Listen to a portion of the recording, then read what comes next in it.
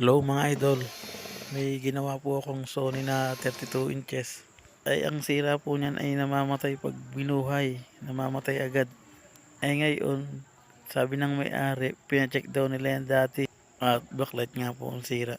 Kaya pag na-on nag-o-off agad. Ay ang sabi ko naman po ay kung okay lang sa kanila na paganahin ko kahit mayroong ilang pundi na backlight ay pumayag naman po sila para may magamit muna po sila. Kaya ang ginawa ko po yan, yung protect po ng backlight para hindi mamatay, ay na-bypass ko po. Nahihinan ko yung maliit na resistor na 10K dun sa capacitor na malapit sa IC.